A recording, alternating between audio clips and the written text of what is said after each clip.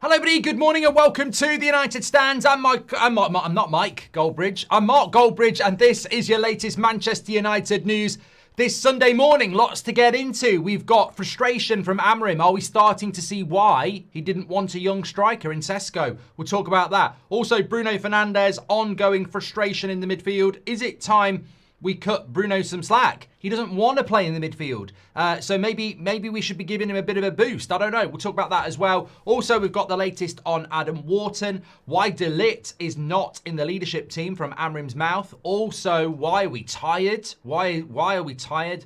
Ligt saying after the game yesterday, we're tired as well. And a few other bits to get into as well. Also, if we've got time at the end, which I'll make time for, I'm going to read the top comments from last night's show moaning about how me and maybe some of you don't see it as progress.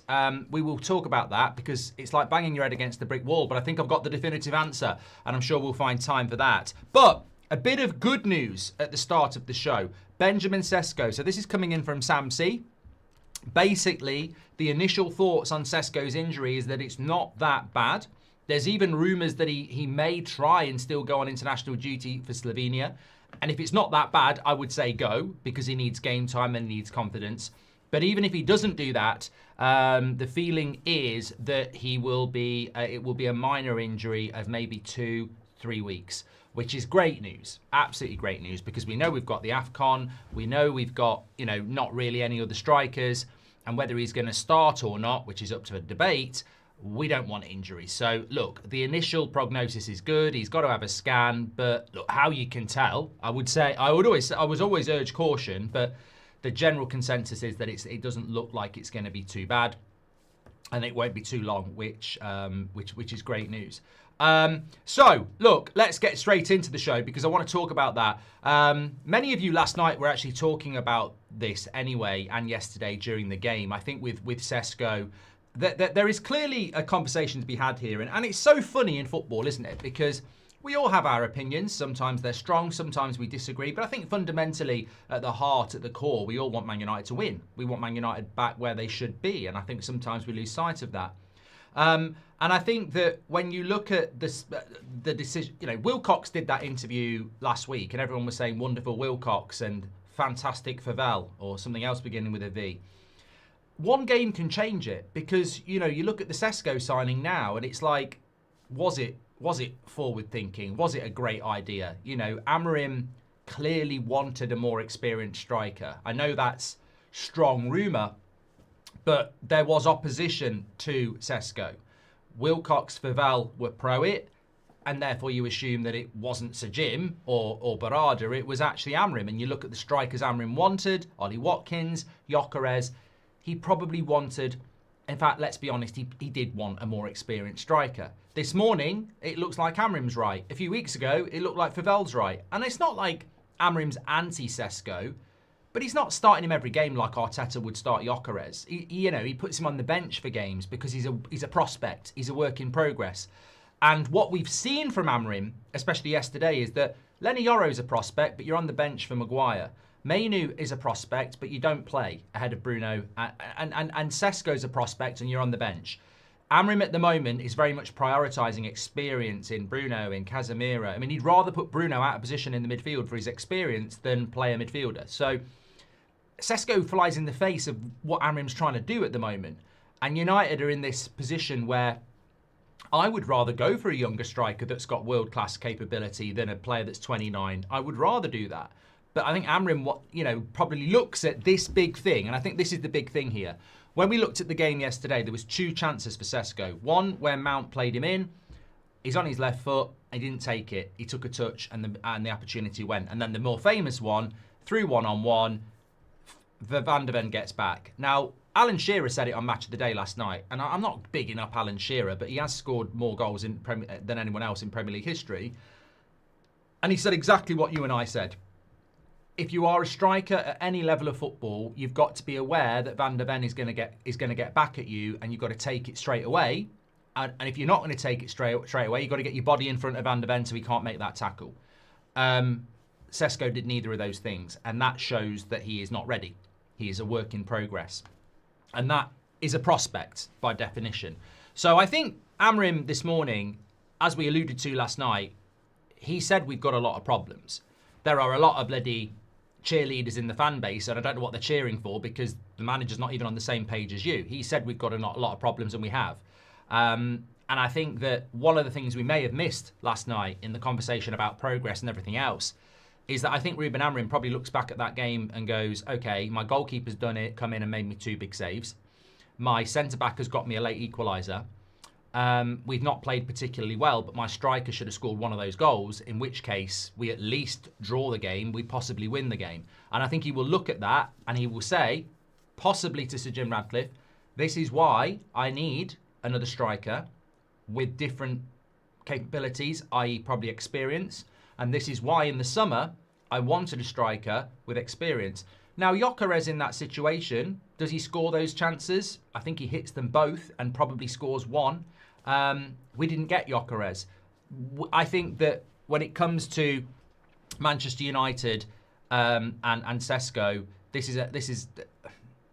I feel bad for Sesko. I like Sesko, and I feel like a couple of weeks ago he was doing quite well. He was actually doing quite well.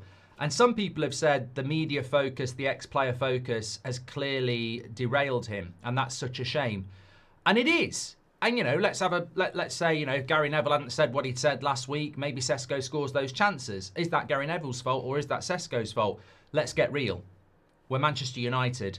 You are going to get criticised. And I think this is what Amorim was talking about in the week. He said himself, he's struggling. Sesko is struggling. The criticism, he wants to be in control. This is what we're talking about. You can't blame people for criticising players if the players can't deal with the criticism. That's part of recruitment. If we have a striker that can deal with criticism, maybe he takes that chance. And that's the thing. When it comes to Sesko, this is a project. He is a prospect. He is not ready to be Man United striker, and we saw that yesterday. Now, we can moan and call him a flop, and I think a lot of people have been very eager to do that from day one. It's a strange thing we have in this fan base. People seem to want to do it with Dorgu. They want to do it with Agate. I even saw, amazingly, some people doing it about Lemens yesterday. There is this weird thing in our fan base where we like to sign players and then criticise them as quickly as possible. But it sort of feeds into Amorim in the sense that I think that on this one I am quite sympathetic because obviously the midfield is a massive issue, but he has one striker and I'm not going to sit here and say we shouldn't have got rid of Rasmus and, we basically spent £65 million of our budget buying a striker we already had. That's a good point. I'm not going to get into it, but it's a little bit like Onana and De Gea. It's not as bad. You already have a goalkeeper. You let them go for nothing to spend £50 million on a replacement that's not that much better. In the case of De Gea, obviously, Onana was worse.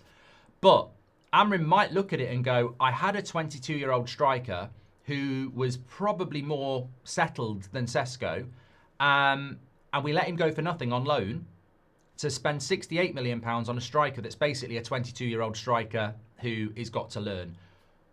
In the long term, that could be brilliant, but in the short term, how does that help me when I'm under pressure every single bloody game? And I think that is a great point, and I've seen a lot of people making it. Like, I'm not saying we shouldn't have got rid of Rasmus, but what did we actually do? We replaced one inexperienced striker for another one who is now struggling. We could have just stuck with Rasmus for the season and spent that 65 million on a midfielder. And that, in hindsight, I've never said that. So I'm not going to claim that as a told you so FC, but I almost do understand it. Well, I understand it. But the point is, we did what we did. What we have to do now is solve this issue. And I think Amorim is going to be there, like he hinted last night, saying in the January transfer window, what can we do? And I think that, to me, is another very, very essential part of what we need to do in this January transfer window. We need to be looking at the striker situation as well. Because if we don't, I think then, we're going to have problems because regardless of how we performed yesterday, and I don't think we performed very, very well, there were two strikers' chances that a striker should take. And I think, where we go in the January transfer window, maybe you do look at an Ivan Toney from Saudi. Maybe you do. I mentioned this a couple of weeks ago. Ben Jacobs mentioned it a couple of weeks ago. I mean, maybe you look at Ivan Toney and go, would he take those chances? Yes. I think it's becoming abundantly clear to me that the Champions League position is all this season's about. That's why we're picking Casemiro every week. That's why we're still using Maguire.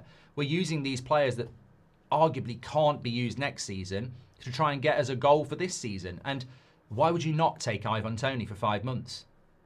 You know, why would you not? I think this season, and I think, you know, many of the people that are having this debate about, you know, whether we're seeing progress or not, if we're seeing progress in results comparable to last year. I don't think we're seeing progress in relation to style of play or, you know, performance. So why would you not, in that mindset, think, well, let's get Ivan Toney in for 5 months? You know, we're not that focused on performance anyway, so get somebody in who can score goals.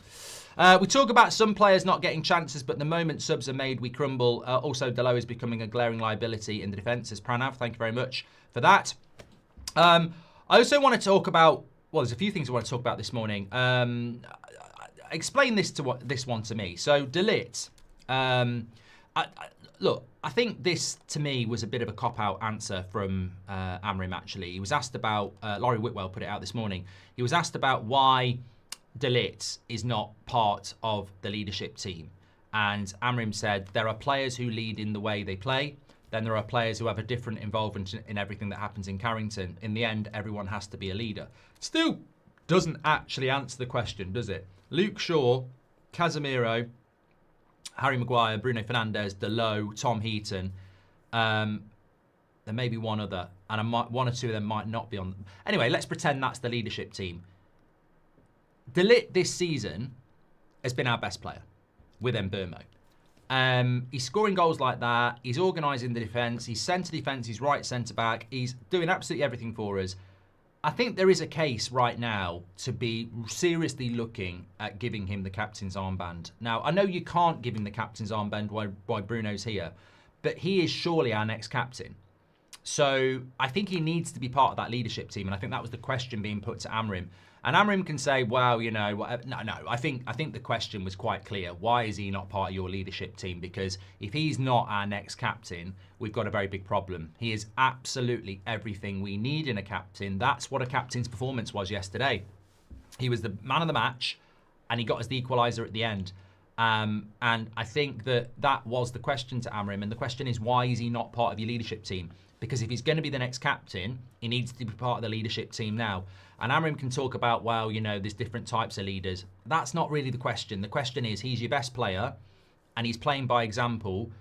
I wouldn't give him the captain's armband while Bruno's still here, but he needs to be vice captain. Like there is preparation for this role. It's Manchester United captain, and it's an important role. And I think next season, August, he needs to be walking out with that armband. So now he needs to be on the leadership team. He needs to be the vice captain.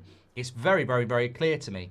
And it was interesting what De Ligt said after the game, because I don't know whether this will put him down the pecking order for being the next captain or not. But this is what he said. He said, we deserved better, but we were perhaps a bit tired in the second half. We responded well. I'm proud of the team who didn't give up anything to snatch a point with 10 men. So look, I mean, look, that's the sort of leadership you want from somebody. I mean, I don't necessarily agree with him that we deserved better. I don't think we deserved better. I think at half-time, we're 1-0 up, and in the second half, we played badly again. So I don't think we deserved better. But I think he deserved better. I think that's something I would have, you know, he's not going to stand there and say, I deserve better, but I think he deserved better. But I think what's really got people's knickers in a twist is, why are we tired in the second half against a team that played 90 minutes more than us midweek and has more significant injuries than us? Why are we tired in the second half? And we spoke about lethargy, and PJ says, tired from what? We spoke about lethargy, and there are strange leadership decisions as well. I mean, why is Delo on the leadership team and De Ligt isn't? It's almost like it's a typo that nobody's figured out. Why is Delo on the leadership team? He's an appallingly bad player at the moment. He's got zero experience in winning. Look, Amorim's stubborn, so I don't want to start a campaign that De Ligt should be our captain or anything like that. But it's so logical that this guy needs to be our captain for the next few years based on the squad we have. And it's very rare that you buy a captain in. So I look at that team and I look at the future. I think he has to be the captain. But look, De Ligt saying that we're tired in the second half is probably not going to please Amorim. But we can all see it. So De Ligt should not be castigated for saying it. We can all see it. I mean, I literally tweeted in the second half, there was lethargy in the second half, which is tiredness. And I think when you look at the second half, as much as we can sit here and say, why are we tired? I think we were tired. You know, you look at Casemiro and Bruno, their legs are gone in that second half. They're absolutely gone. Now, why have we got players starting for Man United who can't play 90 minutes? That's one question. Two, why are we tired when we're only playing one game a week? What are we doing in training that is not... I mean, look, I remember Brendan Rodgers and Liverpool nearly winning the league. Istanbul, Slippy G season, right? They weren't in Europe. I think they had Suarez and Sturridge and whatever. And almost every week in the first 20 minutes, they'd kill people. But for 90 minutes, they were ridiculous. And I remember everybody going, this is because they're not in Europe. They're working on the training ground and they're ambushing team with energy and fitness. So why... There is no excuse again. What is Amorim and the fitness department doing that our team is tired in the second half? And I'd understand it if in the first half we were absolutely trying to swamp teams with a high press and we were tired. But you look at the first half against Forest and Spurs, there's nothing in that first 45 minutes that's, energetic and intense. We weren't like high press, run, and then we're tired in the second half. And I'm like, I think I know why we're tired in the second half, and I know why De Ligt's talking about being tired in the second half. I don't understand why we are tired with one game a week. It's ridiculously embarrassing. But in defence of De Ligt, Maguire, Yoro, Luke Shaw, they're tired because they're overworked. They're tired because concentration and physicality, it's constant. They're getting no respite. The midfield is not keeping hold of the ball, so we can't attack. So it's wave after wave of concentration and defence. That's why De Ligt's tired. That's why the defence is tired, because in the second half for the last 2 weeks, they're getting absolutely overrun. There's no stroll up to the halfway line and, watch United attack for a couple of minutes and get a breather. There's no, let's just have a breather and keep the ball for a couple of minutes. It's just, basketball, constant like that. That's why they're getting tired. The style of play is not allowing players to get a breather. So it's incredible that we are tired, but you can see why in a way. A very honest statement from De Ligt that might not stand him in good stead. Coming to the midfield, by the way, I think as well, there's been a lot of, and I'm certainly one of those people that's just had enough of Bruno Fernandes playing in the midfield, but we've done enough shows on that. I think it's really important to signpost two things. One, Ben Jacobs said at the start of October, I think it was the last international break, that Bruno Fernandes has a good relationship with Ruben Amorim, but he doesn't like playing in the midfield.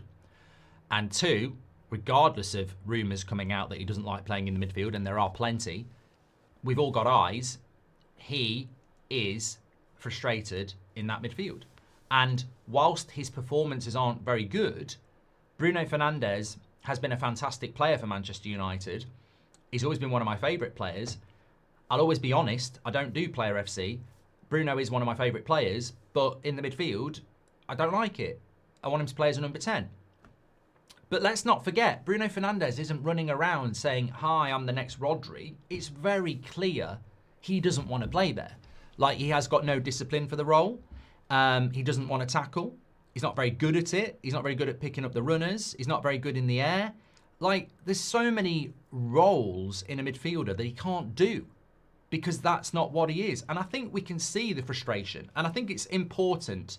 Obviously, frustrations, emotions are running high on a game day. But I think after a sleep and thinking about it, I think it's really important to have some balance and remember that as much as some of us are very frustrated by Amorim picking Bruno in the midfield and Bruno underperforming there, Bruno's not happy in that role. Like, it's visibly clear. And why would he not be happy in that role? Because a player that is a very, very good player is being asked to do a role he can't really do, and it's damaging his reputation and performance quite regularly. There has been a couple of good performances, but there's also been quite a few bad performances from Bruno, which is reflected in his player ratings, etc. I also think he'll be frustrated because he's not actually, all right, he got an assist yesterday and he is still picking up assists, but he probably looks at it and goes, if I was playing where Cunha or Mbeumo are, I'd be getting more assists, I'd be getting more goals. Obviously, he's missed a couple of penalties this year, but the goals and the assists are drying up for Bruno because of where he's playing on the pitch. And we have seen players transition from being attacking midfielders to midfielders, but it feels like he is not going to be one of those players at the highest level. And also, it feels like he could still offer a lot more higher up the pitch. There is a massive opportunity here to change that. There is. We can put Bruno into a front three with Mbeumo and Cunha, as we discussed last night. But I do think, look, I'm not here to say Bruno's suddenly a good midfielder or anything like that. He isn't, in my opinion, and it's a big problem. But I think it's also important to remember that he is very frustrated. You can see it. And I know he throws his arms around like an octopus, but like, and he always does that. But imagine your frustration when you are a player that is an attacking player that expects goals and assists, and then you're being asked to do a role that you can't really do, and then you're getting criticised for it. You're going to get frustrated. And I think we are seeing that frustration 100%. If Amorim's right and there's different types of leaders, what type of leader is Bruno? The headless chicken variety who can't control his emotions. Yeah, and I suppose that feeds into it. Now, Madison said even as a 10, he's too slow. Well, let's expose that, you know. If he's not a number 10 anymore, then he shouldn't be at the club anymore. But I think as a midfielder, there is only probably one person who in football who thinks this is a good idea. It's very clear that Bruno doesn't like it, but will respect the manager in the club and do a job, which he said in his interviews himself. I'll play anywhere, and he does.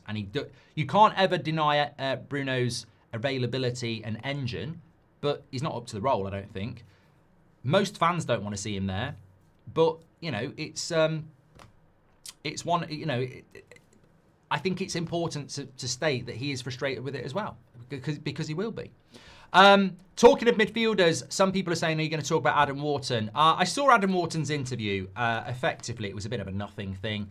I don't think Adam Wharton at the moment is a Man United priority, although we do play Crystal Palace the game after Everton, so maybe that probably will be his audition, and if he does well, I'm sure it will ramp up around Wharton, so get ready for that. What he basically said was that he's seen the rumours, and in essence, he was like, look, it's just noise. It's good to be linked to teams like Manchester United, but they might be linked to 20 players. I'm not going to go over the top about it. I'm not going to over-scrutinise it. If and when a club speaks to my agent and Crystal Palace, then there's a conversation to be had, and, you know, we'll have that conversation. But at the moment, I'm focused on Crystal Palace and doing the best I can for them, and I'm not going to be distracted by it. And, you know, I think Adam Wharton has to be on the list. He is on the list. He's probably not had as much exposure as Anderson because we played them last week, or Plea because we tried to get him in the summer. But Wharton will be on the list. And, you know, I'm interested in that Crystal Palace game because I want to see how he plays. With Elliot Anderson, I know what he is. With Plea, I know what he is. But with Wharton, he's sort of like jack of all trades, you know, in relation to he's not as good as some things as Plea is or Anderson is. But we need to keep these players in mind, and who knows, he might end up being a Man United player in the summer. But of course, in the middle of November or whatever we are, start of November, he's not going to come out and say, come and get me, is he? It won't happen, but I'd love to see Bruno, Cunha and Mbeumo as a front three, says James, with Bruno in a free role behind Cunha and Mbeumo as split strikers. You could then drop Mainu in midfield for control. This is exactly what I want to see. Exactly what I want to see. Thanks for your super chat, James. Hope you're doing well this morning. Big Z says, big drop in performance second half. We need squad depth to maintain the performance. Looked as though Sesko feigned injury out of embarrassment. Look, I've seen a lot of accounts, and I saw a few more this morning, basically putting up clips of Rooney when he was injured and playing for the team, etc. I think it's dangerous fantasy, and we are Manchester United, and we must try and support our players. And people will go, well, you don't support Dalot, you don't support... Yeah, but Dalot's been here for years. Like, Dalot's been here for a long, long time. And I have backed Dalot for a long time. But it gets to a point where you go, he's 26, 27, he's not a prospect anymore. Is he ever going to be good enough? Probably not. If he proves us wrong, brilliant. In relation to Sesko, he's barely been here 3 months. And I think we're walking a dangerous path here where so-called Man United fans are putting it out there that Sesko feigned injury. Now, at the start of the week, Gary Neville said, I think the jury's out on Sesko, and certain United fans wanted to have a pop at Gary Neville for saying, I think the jury's out on Sesko. What are we going to do about United fans who are accusing our young £65 million striker who's only been here 3 months of faking injury? I mean, that's a step into something I wouldn't do even in the heat of a moment of a watch-along. And I've said some stupid things. I think that's a very dangerous path to go down, and you're better off keeping it to yourself, because if you're building momentum around that, what's the fucking point in carrying on? You know, what's the point in us trying to build anything?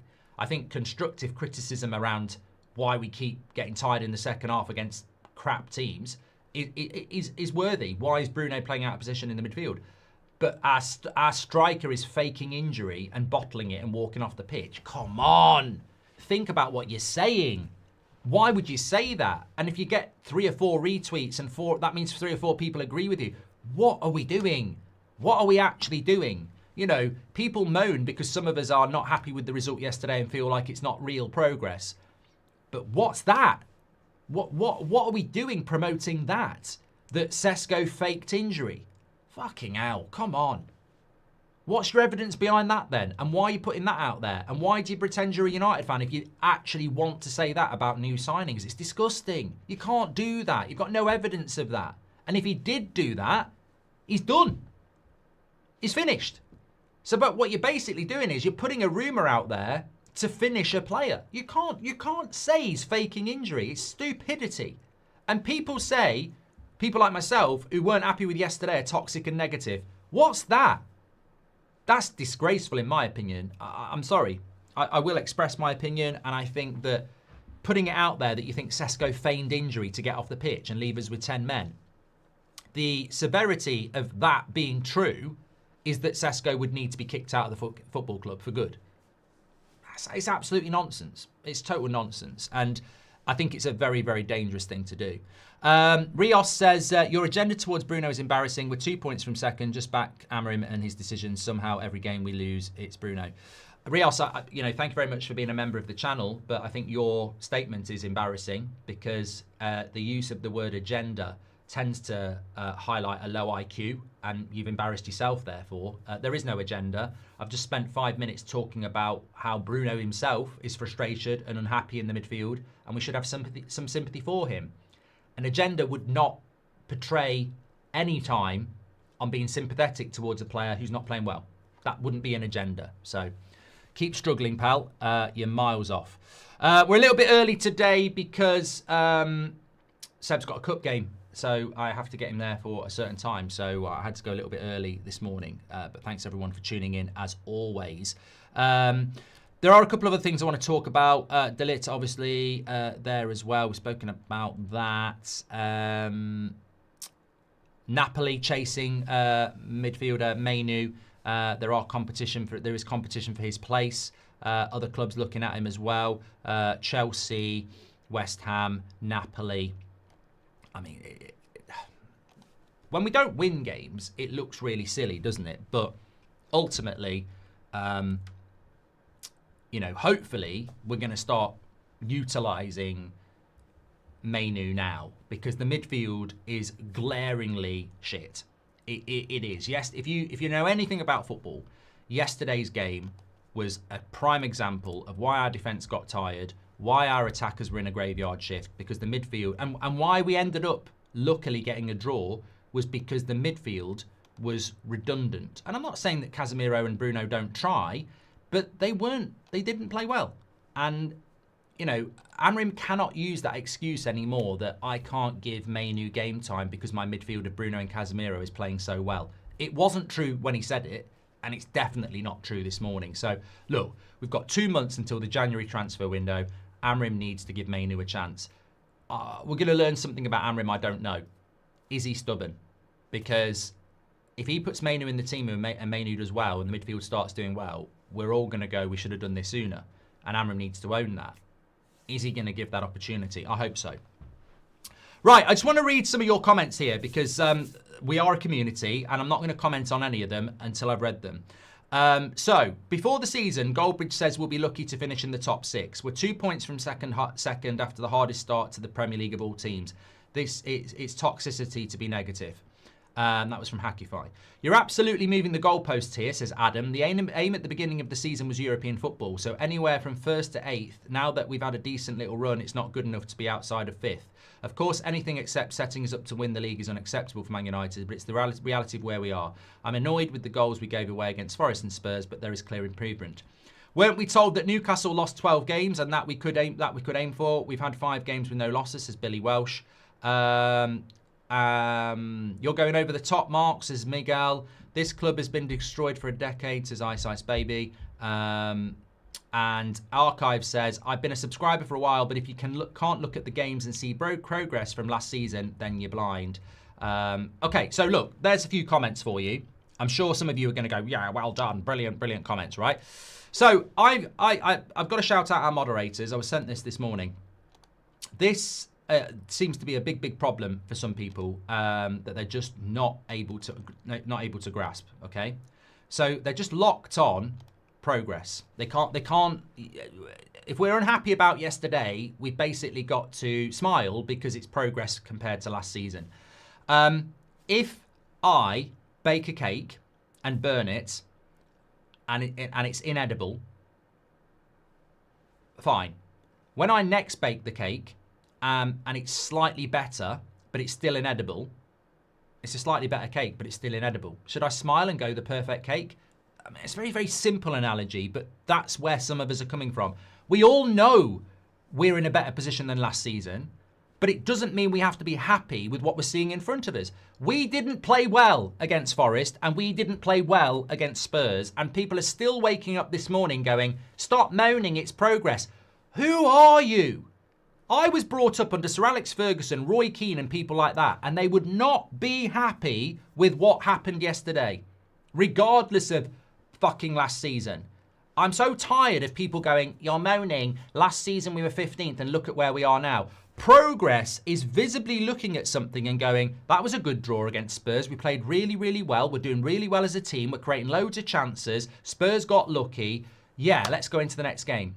What actually happened is we didn't play really, really well. We didn't create loads of chances, and we were really lucky to get a point. So we're talking about the general movement of the team. And yeah, we're unbeaten in 5 games, but we were shit against Forest and we were shit against Spurs. And that's what some people are talking about. But you know what? I've had my bit. This is what AI said, summarising the video last night. In this video, Mark Goldbridge expresses his frustration with Man United's lack of significant progress despite recent unbeaten run. He argues that relying on last-minute equalisers against weaker teams like Nottingham Forest and Tottenham Hotspur is not true progress, and that the team is repeating past mistakes by switching off in the second half after leading games at half-time. Key points of critique include Bruno's role. Goldbridge firmly believes Bruno Fernandes is not suited for a midfield role and is woeful in that position, advocating for him to play as a number 10. He also criticises Bruno's lack of commitment in challenges. 2. Player fatigue. He questions why players appear tired in the second half of games despite playing once a week, suggesting a potential fitness or application issue.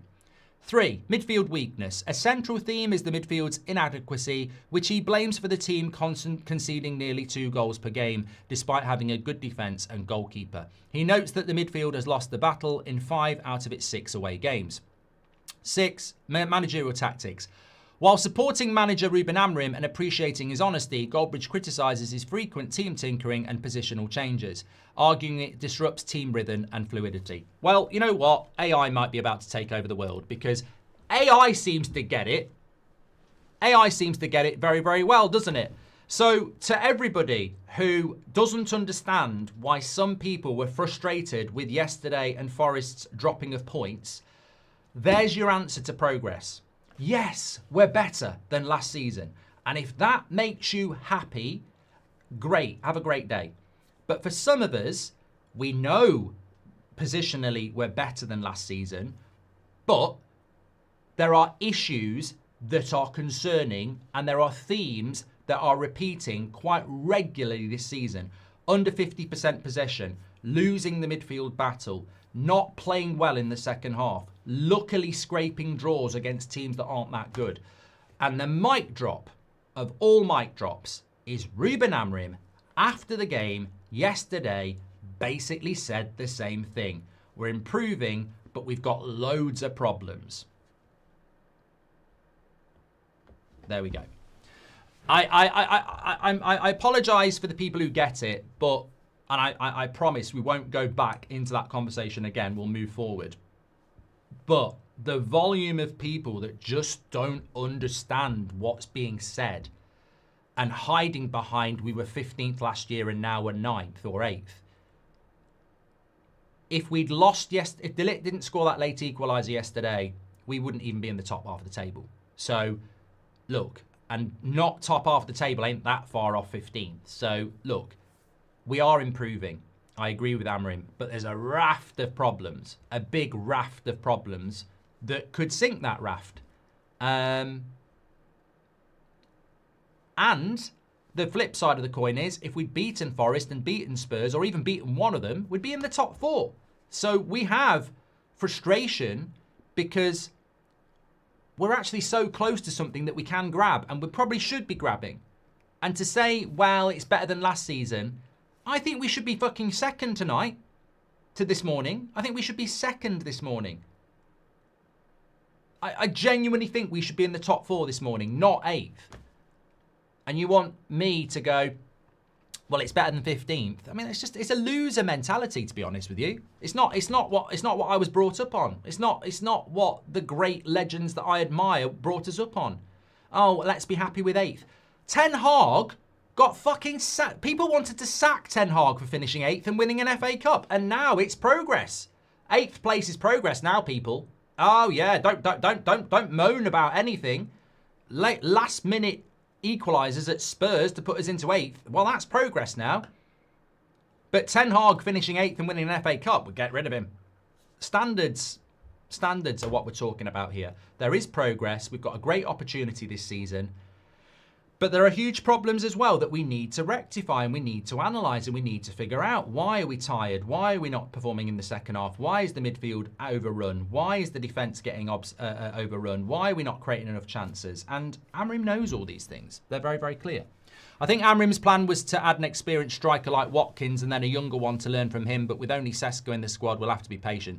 I mean, Sal, it's a comment we were talking about at the start of the show, but I think, you know, it could change in 2 weeks. Sesko might come back against Everton and score, and Palace and score, and suddenly it's a great signing again.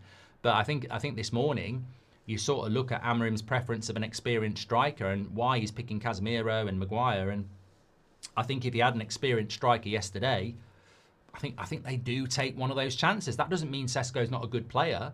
But from listening to Amorim this week, it's very clear that Sesko is struggling with the responsibility of being a Man United player, which he would do. Leipzig to Man United, it's exactly the same as Atalanta to Man United with Rasmus. We've replaced one striker with another who may or may not be better, but again, has that inexperience and has to learn on the job as the main striker for Man United. In the absence of Sesko, Lemens, Martinez, De Ligt, Yoro, Dorgu, Ahmad, Mainu, Casemiro, Bruno, Mbeumo, Cunha striker. I would do that, Abdil. I don't think Martinez will be back yet though. We need a world-class replacement for Casemiro, says Saint Blanco. Marlo says, what progression are we actually talking about? We do not play Amorim ball. We are back being a transition team, which to be fair, Solskjaer mastered much better than Amorim, says Marlo. 5 a.m. in New York, just got sprayed by a skunk, not kidding. Oh my God, says Gabe. Long night out. Anyway, ignore these bozos. This club is on the way up and you're top class. Thank you, Gabe, very much for that. I think finally, just on style of play for Manchester United, and I didn't intend to go into this, and it's right at the end of the show, so it'll probably get lost. But stylistically, I've watched this for the last few weeks, and I don't know whether anybody else has picked up on this. It's hard to see a style of play that's enjoyable because we're not possession. We don't really build patterns in the attack. We don't go down the wing. It's just like sort of take whatever opportunity we can and rely on those moments, which obviously Solskjaer used to do, and it can work. But what I definitely did see against Spurs and Forest is this wall of defence. He's basically, I don't want to say it, but I'm going to say it. I think if we were being completely honest, we are a counter-attacking team. We are trying to be direct on the break, and we are parking the bus. Like, we are literally, I was watching us against Spurs at 0-0 and certainly at 1-0. and it was like a back five, and then all 5 other players were behind the ball as well because Sesko wasn't on the pitch. So we weren't even leaving a striker forward. It was everybody behind the ball. And that's a consistent theme with United. I mean, we did it at Liverpool as well. It's like this wall of defence. It's like safety in numbers. If we get everybody back, it's going to be hard to score against. And sometimes I think we are. I think I look at that red wall and I go, fucking hell, it is hard to score against us. So we are playing very, very defensive. There is no high line. It's a very, very deep, congested back line. And then it begs the question, why are we conceding over 1.7 goals a game? Because, we are playing very, very, very deep and very, very, a lot of numbers. We don't get broke upon ever, weirdly. I can't remember the last time we got broke upon. It is a very, very defensive setup. Which I have seen Amorim do. He did it against Man City last year in the Champions League. He can do it. He can play that way. Are you worried it's not Shaw that comes out for Martinez, says Brian? Well, it has to be Shaw because Martinez can't play centre-back. It would have to be Shaw. Yeah. And Luke Shaw in the last few games has looked exhausted in the last half. Would have benefited from staying in the Carabao Cup to give periphery players game time. I agree, Big Z. I think I agree. I think players lack sharpness. The attack was basically doing the bleep test yesterday because of the midfield. However, we must look at the next games and then question the teams. It's Big B. Well, there's great opportunity in the next few games. I would expect us to beat Everton. Palace away could be a really big win as well. And then December looks good. But we've got... It's not that people are writing off United. I'm not writing United off at all. I just think that we've dropped silly points in the last couple of weeks where we could have put ourselves in a stronger position. What we can't do is continue like this to the end of the year because there's loads of points up for grabs. And look, in no way, shape or form am I saying I think we're going down to 15th again. I don't expect us to go below 8th. I think we're going to win a lot of games between now and Christmas, but we are Manchester United and we can't just sit there and go, we're better than last year. We'll probably win a few games before Christmas. It's every single week. Listen to Amorim. Every single week is a cup final. We must win every game. And we're very lucky to have that point from yesterday, I think. I think Amorim also has taken the phrase of game of 2 halves literally. The overkill subs in the second half of games is some sort of new tactic, says Nick P. We need 4 games without Bruno. Delip captain, says Bodie.